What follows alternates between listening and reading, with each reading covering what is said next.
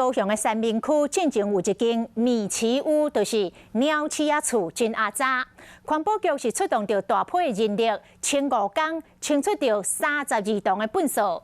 最近阁有人来举报，讲伫这个前金区有2间的透天厝，嘛是鸟鼠仔厝。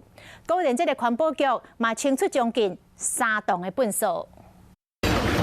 清洁队员无用伫拼，看到2间透天厝的地下卡、回收物件，甲粪扫囤甲满时，就剩行入厝内一条小小的通路尔。看到清洁队员伫拼，边仔处处嘛真无用收回物件。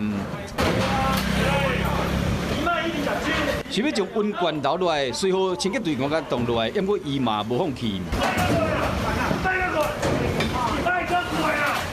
陪同清洁队的员警大声加话，清洁队除了拼以外，嘛有开罚单。另外一间的厝主是现场伫求情。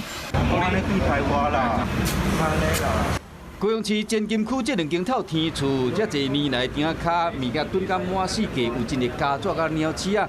准备隔壁挡袂调，伊甲检举，环保局讲已经开单开几啊摆啊。5月、6月、7月都去做稽查，开单告发哈。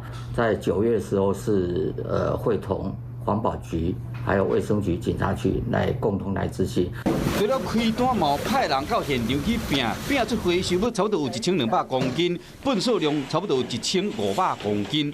之前伫三民区有拼出32栋粪扫，这个鸟鼠仔厝了后，前金区又搁发生类似的代志。所以讲，环保局清查重大的脏乱点有32位，目前已经罚1076400块，有9个所在已经清除完成，其中有23个所在还在处理。环保局表示讲，会赶紧完成清理的工作，好拼出别隔壁伫这个中秋有一个清洁的环境，通啊伤热。 Hello， 大家好，我是乃瑜，要教给大家2个任务。第一个，华视新闻的脸书专页，你按赞了吗？还有华视新闻的 YouTube 频道，赶紧订阅起来，还要记得按赞，开启小铃铛哦。